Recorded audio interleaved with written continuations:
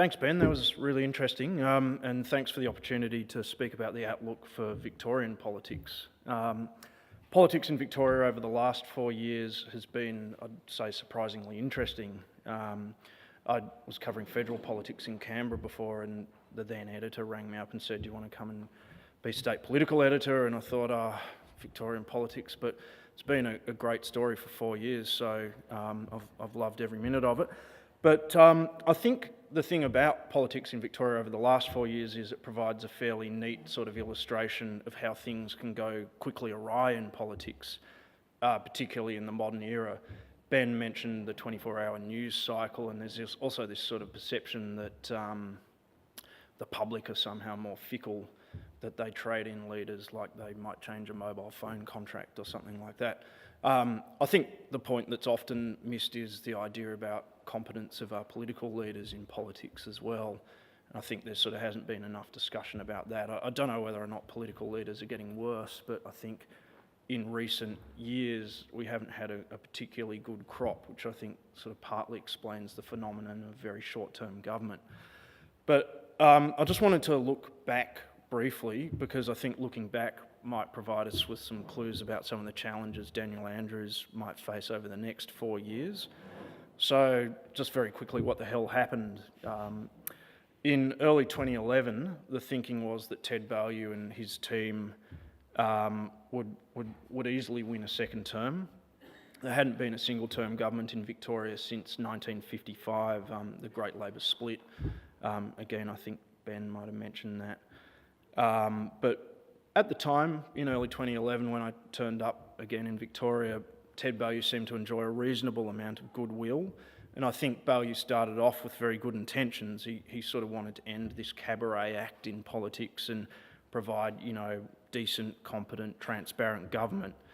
And to do that, he sort of indicated he wouldn't be pandering to the relentless demands of the media cycle, but rather he signalled that he wanted to go through and methodically, as he put it, fix the problems and build the future. Didn't take long, probably about 2 months before people were starting to complain about a lack of action. The feeling was that the government was adopting a go-slow approach, and businesses were starting to complain about a lack of access and a lack of major projects. The media was starting to complain about a lack of material to write about. And finally, Ted Baillieu's own troops were starting to complain about administrative bottlenecks and hold-ups in the Premier's private office and sketchy decision-making. All of this, of course, gave the media something to write about, so at least one group was happy. But then this bloke from Frankston named Jeff Shaw detonated the first of several bombs by declaring that he had no confidence in the Premier and announcing that he'd be sitting on the crossbench as an independent. And so suddenly there were questions about whether the government had the numbers to govern, given that it had gone from having a one-seat majority to a no-seat majority.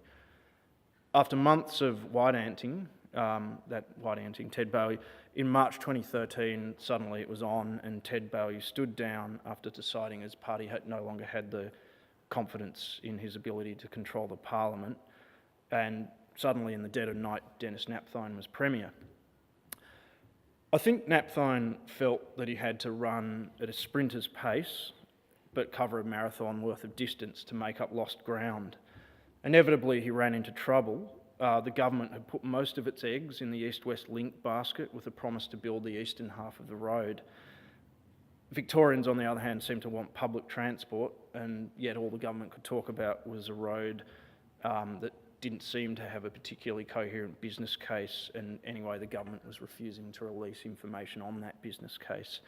So in the final year, Dennis Napthine announced billions of dollars worth of other infrastructure projects, including a new redesigned Melbourne Metro rail link, a second western section of the East-West Link, a major upgrade to the Cranbourne-Pakenham rail corridor, and a new rail link to the airport.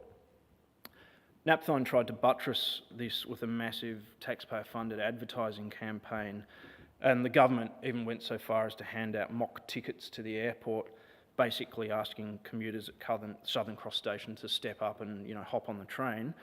I think by then it was too late. The airport rail link was not due to be completed until sometime after 26, There's a great graphic in the last set of budget papers that shows a sort of timeline on all these major projects, and that airport rail link has a blue line that just sort of fades off into nothing after 2026. So they didn't even have a firm completion date for the project.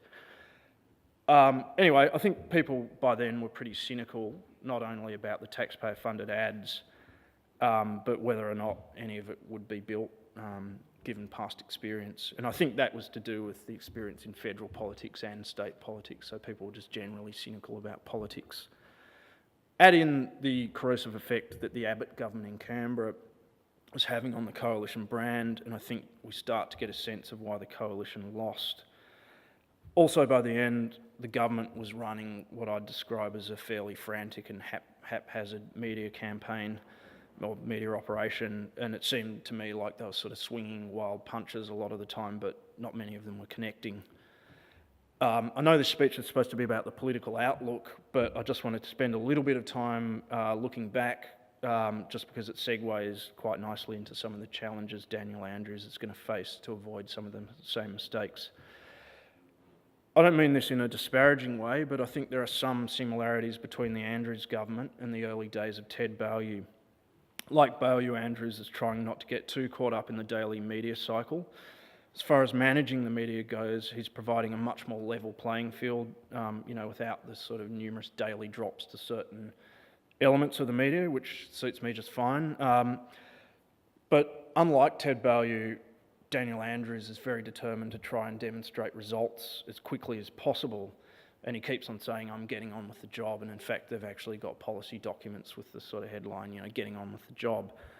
There've been plenty of announcements in recent weeks. In the middle of this month, Andrews announced a new level crossing removal authority, which will help sort of drive a promise to remove 50 level crossings. 20 of them are supposed to be removed this term. So I think that's an incredibly ambitious agenda, to remove 20 level crossings within 4 years. They're very complex, each one, and they're also very disruptive to rail and road networks.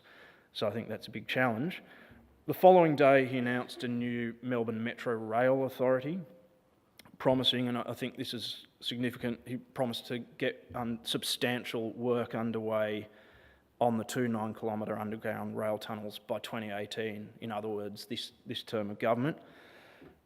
Clearly, Andrews is determined not to repeat the mistake of wasting time, and he wants to show he's leaping in head first, and he keeps on telling us he's getting on with it. But there've been, a number of other important gestures: a Royal Commission into Family Violence, the appointment of Linda Dessau as Victoria's first female governor, and Andrews also led the annual Gay Pride March. But I think, as always, the tough part will be actually delivering on Labor's fairly ambitious agenda, and I reckon creating new authorities, leading marches and making appointments are sort of the easy part. And I was thinking about Kevin Rudd's 2020 summit. Just seems like such a quaint sort of idea now, when you had all these big minds thundering back into Canberra, but none of the ideas actually really ever got off the ground. I think the only one that they almost got off the ground was the mining tax, which, we all know what happened to that. Actually, that came out of the Henry Tax Review, I think, which was one of the ideas of the 2020 summit, so it wasn't even part of the 2020 summit. But anyway, so we're now almost 100 days in, and I reckon Daniel Andrews has some quite big challenges on his hands. There's 3 that I'm just going to spend a little bit of time talking about, and the first is finding his way out of the East-West Link contract. The first thing to say is I think the former government's decision to sign a side letter with the consortium contracted to build the road was arguably an act of political sabotage. It means that Victoria will have to pay compensation to the road builder even if a valid contract does not exist. So if a court were to declare the contract void and no work is done, the side letter stipulates that the money must still be paid. Arguably, this was a sort of act of sabotage because, effectively the former government was saying taxpayers would have to pay up if they voted for the other side. Nevertheless, I think Andrews is in a bit of a pickle himself, because before the election he declared the contract was not worth the paper it was written on. The claim rested on a complex legal argument which hinged on high-level legal advice that Labor had got. Basically concluded that if Supreme Court action against the road, which was sort of something that the Moreland and Yarra councils had planned, it concluded that if that legal action was successful, the contract would be unenforceable. And because the case was due to be heard 2 weeks after the election, on December 15, it's now been delayed and delayed. Andrews argued that if he would sort of support, as the new government, he'd support the council's case rather than defend the project, and that would mean the council's legal challenge would be likely to succeed and the contract would be unenforceable. Anyway, the upshot is we don't hear Andrews talking about this complex legal argument anymore. He's no longer saying the contract isn't worth the paper it's written on. It seems it's worth substantially more than the paper it's written on, possibly as much as $1.1 billion. And Andrews now has little choice but to try and negotiate his way out of the contract. If that fails, he isn't ruling out introducing project-specific legislation to find a way out. I don't think the companies in the consortium are going to sort of say, gee, Dan, just pay us half the money that you owe us in the contract and we'll call it quits, and it's a sort of mates kind of agreement. They're international companies, a lot of them. Lend-Lease is obviously quite local, but I think they're going to want their money and they're going to be exercising what I would have thought were fairly clear legal rights that are set out in the contract. So the problem is, even if the government hands over, say, $200 million to the consortium, I think the public could be left wondering how so much money could be wasted on a project that doesn't actually exist and nothing's been delivered. It's sort of kind of has the makings of a debacle in that sense. The other option of legislation, I think, would send an equally worrying message to the business community in particular. And already the state coalition is drawing comparisons with countries like Venezuela, with a history of breaking these sorts of big infrastructure contracts, and they're highlighting the sovereign risk argument there. The second big challenge for Daniel Andrews will be his pledge to start substantial work on the Metro Rail tunnel this term. The project's incredibly complex from an engineering point of view. It's going to involve either digging up Swanston Street or Russell Street and causing a massive level of disruption in the CBD for probably over 2 years. So it's a very difficult project. It's got to go very deep, the train tunnel, partly because of just the nature of the soils. It's got to get under the Yarra River, which will be very hard. It's got to get under other train tunnels and things like that. It's going to be a huge task by any measure, and I think the level of planning and preparation involved will be enormous. So to say he's going to start substantial work within, this term, I think is a bold promise. It's also going to be extremely expensive, and the thinking is it will roughly require 1/3 funding from the state government, 1/3 from private investors, and 1/3 from the Commonwealth. Problem is, we still don't know how Daniel Andrews intends to pay for this rail tunnel, despite declaring that the project's underway. And the thinking is it'll cost somewhere north of $11 billion, particularly with building costs going up all the time. And the other big problem is, of course, that Abbott's said he's not going to fund urban rail projects. I think Andrews, not unreasonably, seems to be hoping, but by the time he gets around to confronting these sorts of issues, there'll either be a new Liberal leader in Canberra who's more sympathetic to commuter rail, or there'll be a new government. And the way things are going, it's not an unreasonable assumption to make. The final challenge, I think, that Andrews will face will be dealing with the upper house, where Labor holds just 14 out of 40 seats. That means it'll need an extra 7 votes to get to 21 to pass legislation that's not supported by the coalition. And that means dealing with 5 Greens and wrangling an extra 2 votes from the 5 remaining crossbenchers to get to the magic number of 7.